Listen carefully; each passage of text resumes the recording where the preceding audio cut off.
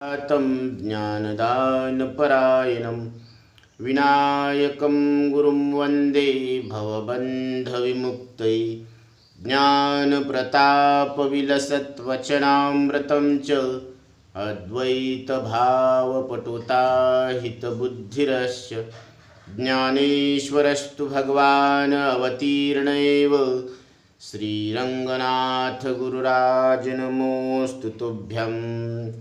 नाथ महाराज हरिपाठाच्या चौथ्या अभंगात सांगतात, जे जे दृष्टी दिसे ते ते हरिरूप, पूजा ध्यान जप त्यासी नाही, वैकुंठ कैलासी तीर्थक्षेत्री देव, तयाविन ठावरिता कोठे, वैष्णवांचे गुह्य मोक्षाचा एकांत, अनंतासी अंत पाहता नाही, आदि मध्य अंती अवघा हरी एक, एकची अनेक एक हरी, एकाकार झाले जीव शिव दोन्ही, एका जनार्दनी ऐसे केले।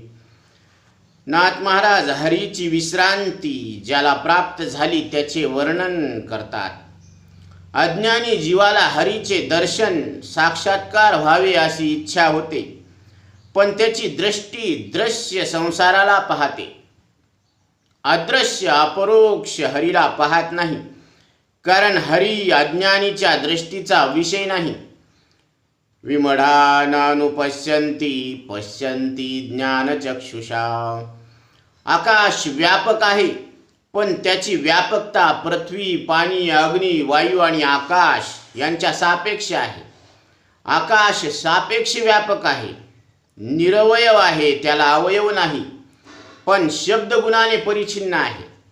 हरी निरपेक्ष व्यापक आहे, निरवयव आहे, अपरिच्छिन्न आहे। ज्ञानी आपल्या ज्ञान दृष्टीने त्याला आत्मरूपाने पाहतात, त्यासाठी या उपाधीचे झाकण झाकलेले बाजूला करावे लागते। घटी अलिप्त असे रवी, अग्नी काष्टा माझी जेवी, तैसा नारायण जीवी सा जीव साक्षी वर्तवे। घटाकाशात सूर्याचे प्रतिबिंब, लाकडात अग्नी, तसा अंतकरण युक्त चैतन्य नारायण आहे, त्याला सत्यत्व बुद्धीमुळे जीवपणा आला।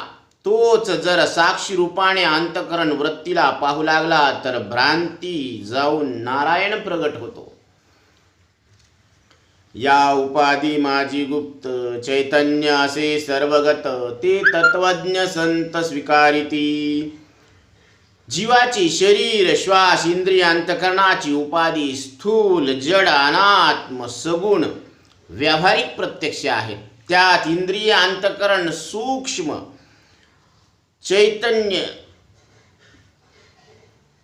सूक्ष्म जड सगुण व्यावहारिक प्रत्यक्ष आहेत, आणि त्याचे प्रकाशन आपण, त्याला प्रकाशन करणारे प्रकाशक आपण सूक्ष्म चैतन्य आत्मरूप निर्गुण पारमार्थिक प्रत्यक्ष आहोत। आणि या उपाधीमध्ये प्रगट असून संपूर्ण ब्रह्मांडामध्ये अस्ति भाती प्रिय रूपाने व्याप्त आहोत। त्याचा तत्वाला जाणणारे संत स्वीकार करतात। अंतर्बहिश्च तत्सर्वं व्याप्त नारायण स्थितः। श्रुती वेद शास्त्र पुराणे सांगतात, असा नारायण सर्व वस्तूत सर्व ठिकाणी सर्व रूपाने पूर्ण रूपाने व्यापून शून्य स्थावर जंगम व्यापून राहिला अकळवो। मत्तः परतरं नान्यत् किंचिदस्ति धनंजयः। मग तो हरी सर्वांना अनुभवाला का येत नाही? नाहं प्रकाशा सर्वस्य योगमाया समावृतः, मूढोऽयं नाभिजानाति लोको मामजं व्ययम्। मी सर्वांना प्रकाशक रूप होत नाही, म्हणजे माझे ज्ञान सर्वांना नाही, कारण जीव हा माझ्या योग मायेने आवृत्त झाला आहे, म्हणजे मूढ बनला, म्हणून अज अव्यय अशा मला जाणत नाही। की जे योग माया पडळे, झाले आहाती आंधळे, म्हणून प्रकाशाची निबळे न देखती माती। जीवाचे ज्ञान आवृत्त आहे, म्हणून त्या चैतन्याला जीव म्हणतात, आवृत्त चैतन्य म्हणतात. आवृत्त चैतन्य म्हणजेच जीव चैतन्य. ईश्वर चैतन्य अनावृत्त चैतन्य आहे. त्याला कधीच आपल्या स्वरूपाची भ्रांती होत नाही आणि जीवाला नेहमीच देहात्म भ्रांती असते. ज्यावेळी काही दोषाने दृष्टी समोरच्या वस्तू पूर्णपणे पाहू शकत नाही, त्यावेळी ती वस्तू अन्य रूपाने भासत असते. मंद अंधकारामुळे दूरीचे यथार्थ ज्ञान झाले नाही, म्हणजे संस्कारामुळे अज्ञानामुळे त्याच्या विशेष रूपाच्या अज्ञानामुळे दूरीवर सर्पभ्रम होतो. त्याचप्रमाणे जीवाला स्वस्वरूपाच्या विशेष रूपाच्या अज्ञानामुळे जगत सत्यत्वाची भ्रांती होत असते. आता अज्ञानासारिखे वस्तू आपण पेची देखे, परी रूपे अनेके निनो कोणी. अज्ञानामुळे चैतन्यच अनेक रूपाने स्वतःला पाहतो हे तो जाणत नाही. जैसा रंक भ्रमला म्हणे जारे मी रावो आला, का मूर्छितो गेला स्वर्ग जैसा.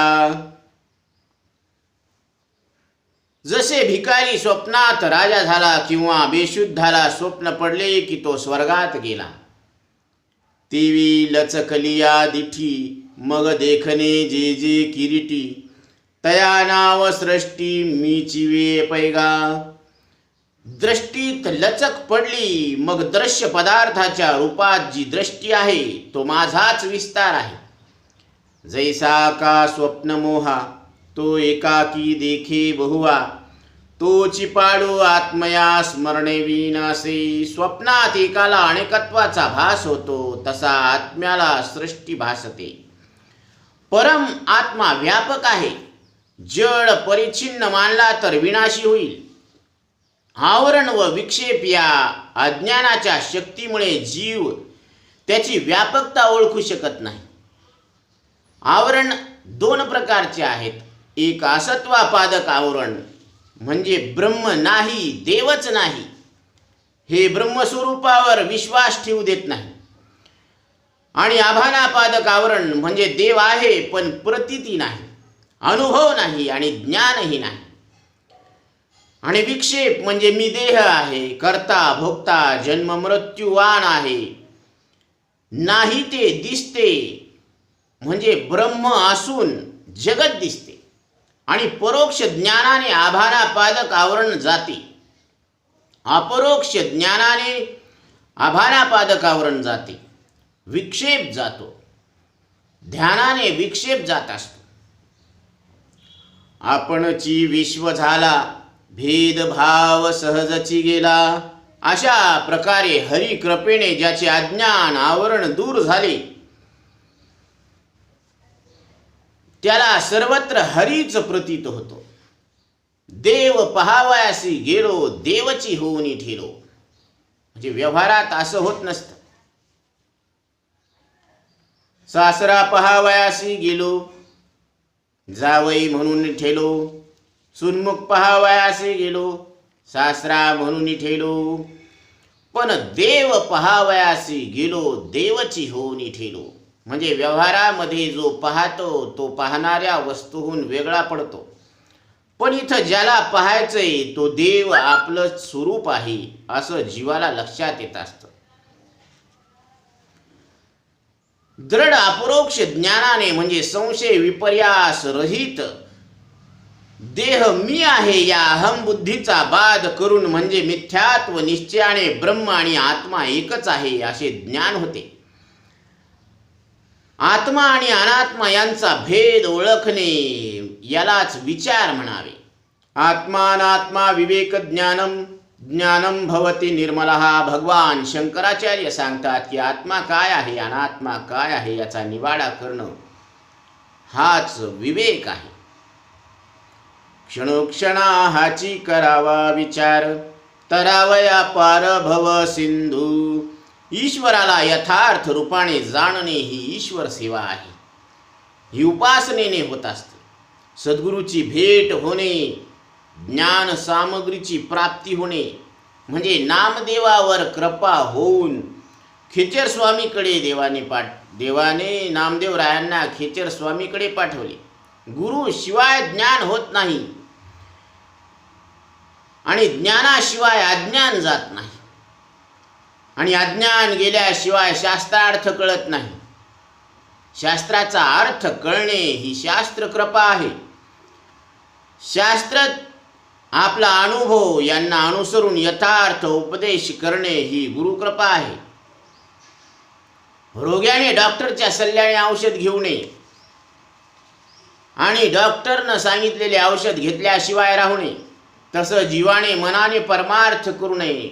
मनोमार्गे गेला तो येथेची मुकला, हरिपाठी स्थिरावला तोची धन्य. संताचे संगती मनोमार्ग गती, आकळावा श्रीपतीने पंथी. म्हणून संताच्या संगतीत हा उपदेश लक्षात घ्यावा. साधनाचे जीवाने गुरुचा बोध घ्यावा. शास्त्र व गुरु यांच्या सहाय्याने साधनाचे संपादन करणे ही अंतःकरण कृपा आहे. म्हणजे शास्त्र कळत आहे आपल्याला, अंतःकरण आपल्याला साथ देत आहे, हीच अंतःकरण कृपा आहे.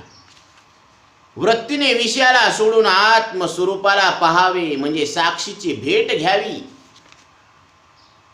मग ती वृत्ती परमात्म्यामध्ये विरघळते.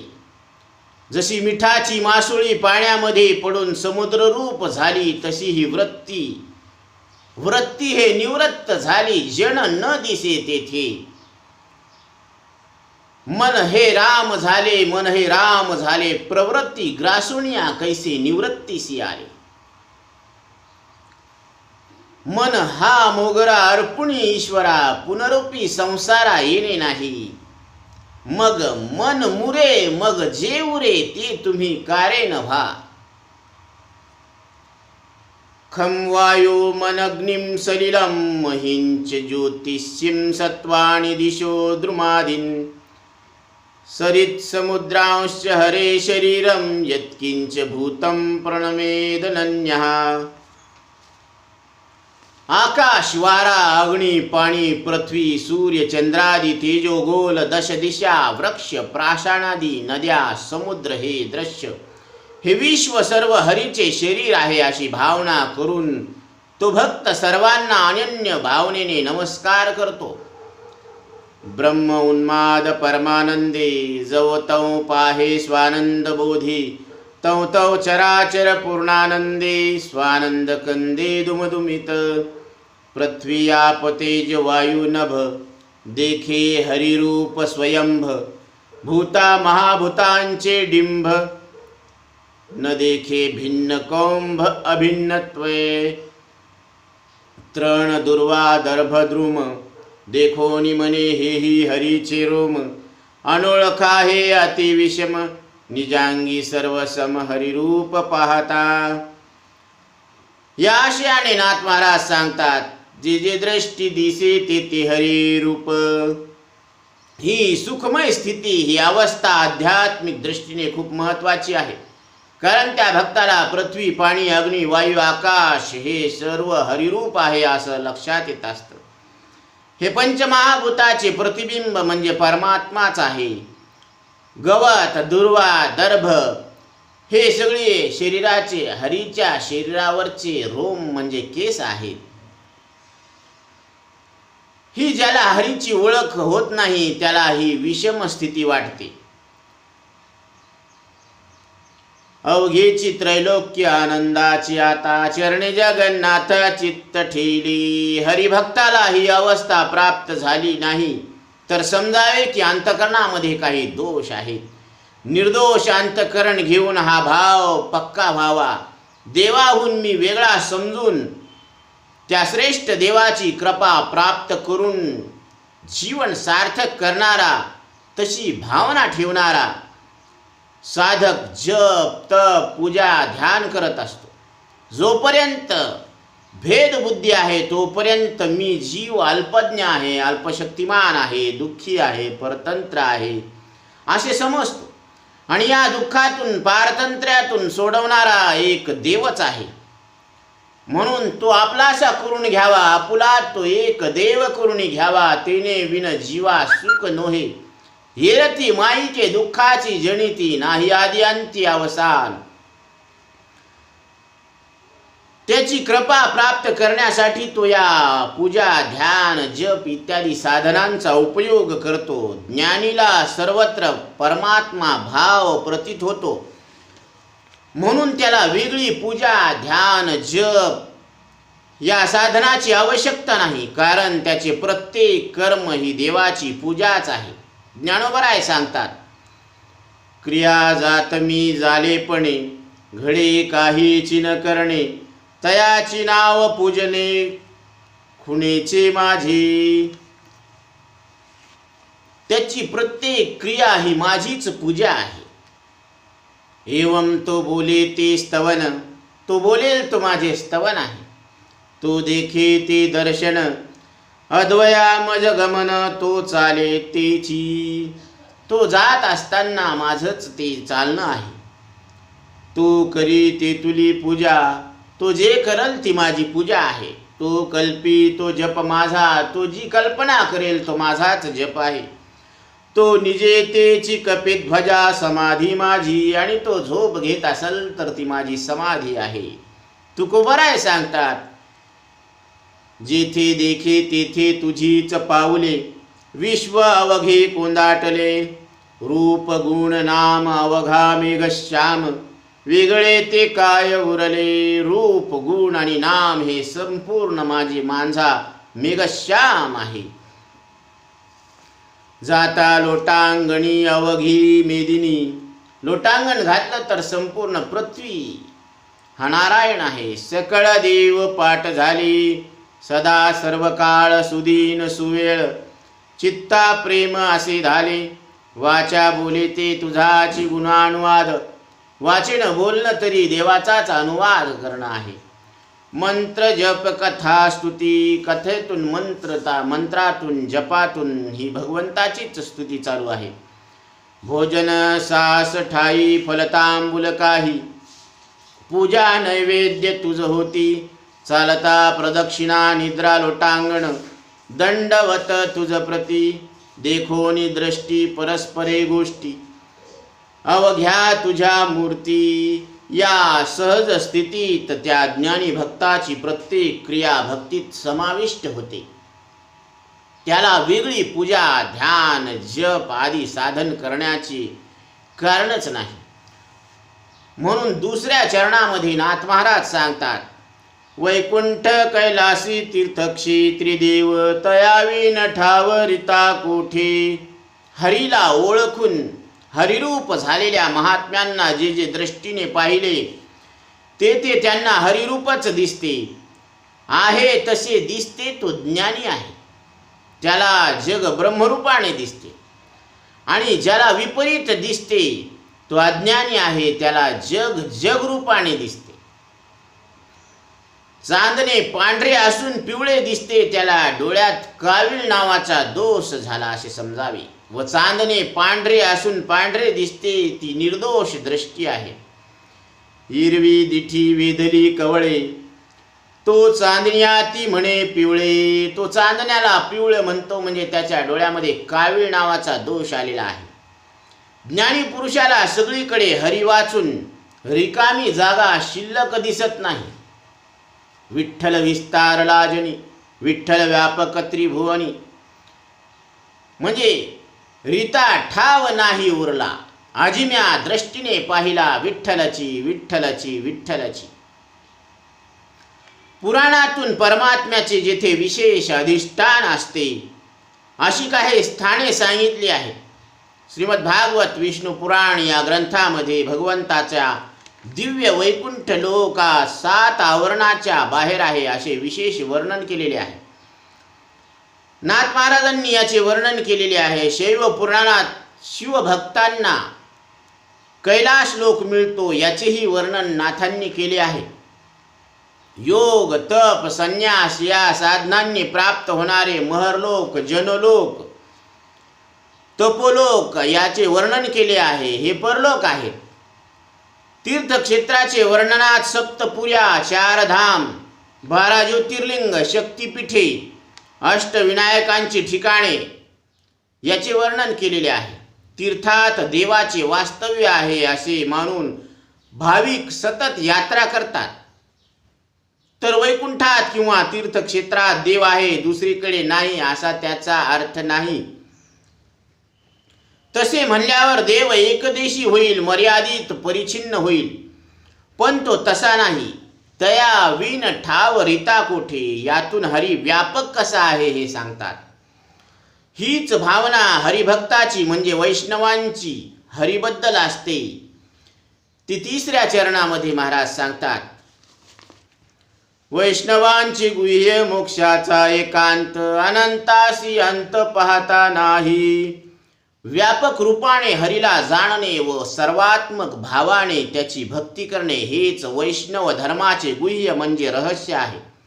तुकोबराय सांगतात, विष्णुमय जग वैष्णवांचा धर्म, भेदाभेद भ्रम अमंगळ. नामसंकीर्तन वैष्णवांची जोडी, वैष्णवांची कमाई, बॅलन्स, प्रॉपर्टी नामात आहे. सतत कृष्णमूर्ती सावळी, खेळे ज्याची हृदय कमळी, शांती क्षमा तया जवळी, जीव भावे अनुसरल्या. नेहमी सावळा कृष्ण ज्याच्या हृदयरूपी कमळात खेळतो, शांती क्षमा त्याच्या जवळ मिसळून जातात. श्रीहरी विष्णूची अशा व्यापक भक्ती हेच वैष्णवांचे गुह्य आहे. हरीचे ज्ञान हाच मोक्षाचा एकांत आहे. एकांत शब्दाचा अर्थ एकत्वाचा निश्चय. मोक्ष म्हणजे जीवनाची अंतिम नैष्कर्म्य सिद्धी आहे. कायिक वाचिक मानसिक कर्म न करता असलेली सहज सिद्धी आहे. द्वैत नसलेली अद्वैत स्थिती आहे. जीव जग देव यातील भेदाची कल्पना स्वरूप ज्ञानाने नष्ट होते, म्हणजेच मोक्ष आहे. म्हणजे अज्ञानासहित जन्ममरणाधिक दुःखाच्या मिथ्यात्वाची निश्चय रूप निवृत्ती आणि परम प्रेमाचा विषय म्हणजे परमानंदाची म्हणजे नित्य प्राप्ताचीच प्राप्ती म्हणजे मोक्ष आहे. म्हणजे करता भोगता या अन्यथा भावाला सोडून स्वस्वरूपाची स्थिती आहे. मोक्षात भेद मानला तर वस्तू परिच्छेद येऊन अनित्यत्व सिद्ध होईल. स्वरूपात देश काल वस्तू परिच्छेद नाही म्हणून अनंत आहे. अनंतासी अंत पाहता नाही. अंत या शब्दाचा अर्थ नाश नाही. शरीराला 3 प्रकारचा नाश आहे. स्वतः नाश, परतः नाश व आश्रय नाश. स्वतः म्हणजे शरीर जात आघवे, नाशिवंत स्वभावे, मनोनित्वा झुंजावे. पंडुकुमरा मौली सांगतात, अर्जुना या शरीराची जातच अशी आहे की हे उत्पन्न होतं आणि नष्ट होतं, याचा स्वभाव आहे. परतः नाश म्हणजे दुसऱ्याकडून जर घात झाला तर हे शरीर नष्ट होतं आणि ज्या भिंतीचा आश्रय घेतला आणि ती भिंत पडून त्याचा मृत्यू झाला, हा आश्रय नाश आहे. वेदांत शास्त्र सांगते देश काल वस्तू परिच्छेद हा प्रकार आहे. घट वस्तू अंगणात आहे, ती मर्यादित आहे, लहान अल्प असल्याने अन्य देशात तिचे अस्तित्व राहणे शक्य नाही. याला देश परिच्छेद म्हणतात. हरीला देश मर्यादा नाही. उत्पत्ती नाशवान पदार्थाला काल मर्यादा आहे. म्हणजे उत्पत्ती पूर्वी व नाशानंतर, नाशाच्या कालानंतर ती वस्तू नसते. हरी नित्य असल्यामुळे उत्पत्ती नाश रहित आहे म्हणून काल मर्यादा नाही. जगातील प्रत्येक वस्तू परस्पर भिन्न असतात. एका वस्तूचा अन्य वस्तूच्या रूपाने अभाव असतो. जसे घट पट यांचे स्वरूप वेगळेच आहे. एक रूपाने दोघे राहू शकत नाही. हाच वस्तू परिच्छेद आहे. हरी व्यापक व सर्व वस्तूचे अधिष्ठान असल्याने तो प्रत्येक वस्तूहून स्वरूपाने अभिन्नच आहे. सर्वच वस्तूमध्ये सत्ता रूपाने तोच आहे. कोणतीही कार्य वस्तू कारणाहून वेगळी आहे हे सिद्ध करत नाही. घट मातीहून वेगळा आहे हे सिद्ध करत नाही, तसे सर्व जग हे परमात्म स्वरूपाहून भिन्न राहू शकत नाही. म्हणून वस्तू परिच्छेद नाही म्हणजे अंत नाही. हेच चौथ्या चरणात नाथ महाराज सांगतात. आदि मध्य अंती अवघा हरी, एक एकाची अनेक एक हरी. कार्यरूप विश्वाचा अनुभव आहे म्हणजे त्याचे कारण त्यापेक्षा व्यापक आणि कार्याच्या उत्पत्ती स्थिती लय या अवस्थेत त्याची अन्वय रूपाने उपस्थिती असते. कापूस हा कपड्याच्या आदी मध्य अंती असते, त्याशिवाय कपड्याची सिद्धी होत नाही. तसेच वेदांतात कारणाचे निमित्त व उपादान हे दोन प्रकार सांगितलेले आहेत. घट उत्पन्न होण्यास जशी माती उपादान कारण लागते, तसेच कुंभार चक्र दंड ही अन्य कारणे सुद्धा लागतात. कुंभार हा निमित्त कारण आहे, तो चैतन्य आहे. त्याला घट निर्मितीचे सगळे ज्ञान पाहिजे, त्याला घट निर्माण करण्याची इच्छा पाहिजे. ज्ञान इच्छा क्रिये वाचून निमित्त कारणापासून काही कार्य होत नाही. व्यवहारात उपादान व निमित्त ही दोन कारणे परस्पर भिन्न असतात. उपादान हे कार्याच्या तिन्ही अवस्थेत म्हणजे आदी मध्य अंतात असते, पण निमित्त कारण कार्योत्पत्ती करून वेगळे राहते. कार्याची उत्पत्ती करून तो वेगळे राहत असते.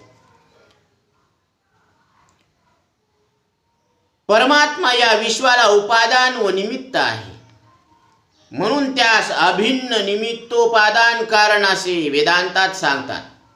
कोळी त्याच्या तोंडातून एक चिकट द्रव्य काढून जाळे बनवतो व स्वबुद्धीने त्या जाळ्याची रचना करतो, म्हणजे द्रव्याच्या रूपाने तो उपादान व बुद्धीद्वारे निमित्त होतो. त्याप्रमाणे हरीच मायेचा स्वीकार करून या जगाचे माया विशिष्ट होतो. त्यावेळी तमप्रधान प्रकृतीद्वारे उपादान व त्याच मायेच्या सत्वगुणाने युक्त होऊन इच्छा ज्ञान क्रियाद्वारा निमित्त बनून सर्व विश्वाची उत्पत्ती करतो. श्रुतीचा हाच सिद्धांत उपनिषदातून सांगितला जातो. यतो वा इमानि भूतानि जायन्ते येन जातानि जीवन्ति यत् प्रयनत्यभीसं विशन्ति तद्ब्रह्म.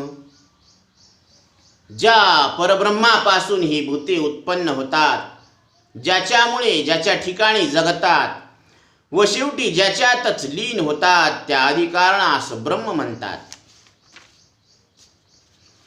जयापासून सकळ महिमंडळ हे झाले, तो एक पंढरीचा राणा नय अनुमाना श्रुतीस. जिथुनी चराचर हरीसी भजी. हा एकच पण आपल्या सामर्थ्याने अनेक बनतो. निळोबाराय सांगतात. एकी एकटाची असोनी एकला, विश्वी विश्वाकार होऊन या ठेला. जया परियो तैसाची गमला, नंद नंदन हा चोज अंबुलाओ.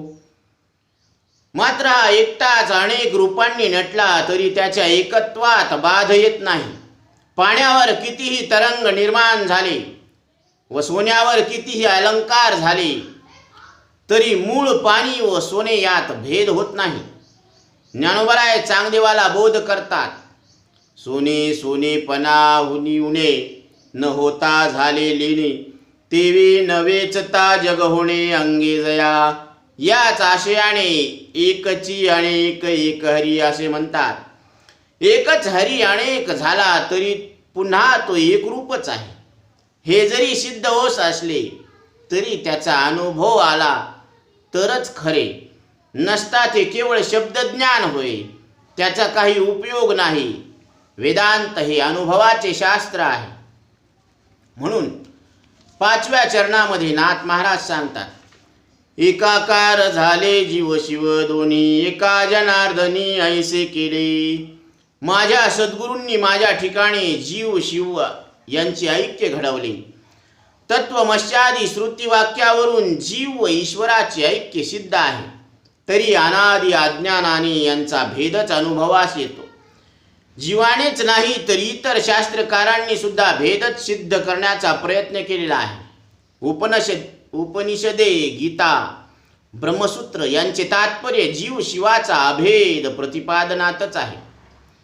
अनादि अज्ञान व तत्कार्य द्वैत बुद्धीच्या संस्कारामुळे जीव ईश्वराचा भेद आहे असे वाटते, पण तो भेद खरा नाही. ही भेद कल्पना नष्ट होऊन अद्वैत अनुभूती प्राप्त होण्यास ब्रह्मनिष्ठ सद्गुरूची कृपा पाहिजे. पै सत्वशुद्धी सहाकारे गुरु कृपामृत तुषारे साशिन्नलेनी ओसरे द्वैत द्वैंदैन्य. ब्रह्मचैतन्य हे एकमेव अद्वितीय आहे, तरी अनादि माया शक्तीमुळे जीव ईश्वर असा भेद पडला. कल्पना विद्यातेने झाला जीव मायोपाधी शिव बोली जेती. हे अज्ञान आत्म्याच्या अपरोक्ष ज्ञानानेच दूर होते. तो अपरोक्ष बोध गुरु देतात आणि मग जीव परमात्मया दोन्ही बैसले कासनी जयाच्या हृदय भुवनी विराजती. ज्ञानोबराय सांगतात, जीव आणि शिव यांच्या एकत्वाचा अपरोक्षानुभव प्राप्त होतो. हीच स्थिती वेदांत शास्त्रात पूर्णावस्था म्हटली जाते. या बोधाने हृदयग्रंथी भेद संशयाचा उच्छेद होतो, कर्मक्षय होतात, शोक तरून जातो, मृत्यूचे उल्लंघन करता येते, सर्व बंध निवृत्ती होते इत्यादी महत्त्वाच्या भूमिका प्राप्त होतात. जीवदशा बाधित होऊन सच्चित आनंद ब्रह्म ते मी आहे या बोधावर तो साधक येतो. श्रोत्रिय ब्रह्मनिष्ठ आणि दयाळू सद्गुरू त्याला या बोधावर आणून सोडतात. माझे सद्गुरू श्री जनार्दन स्वामींनी मला या भूमिकेवर आणून सोडले असे नाथ महाराज या अभंगातून सांगतात. पुंडलिका वरदे हरिविठ्ठल श्री ज्ञानदेव तुका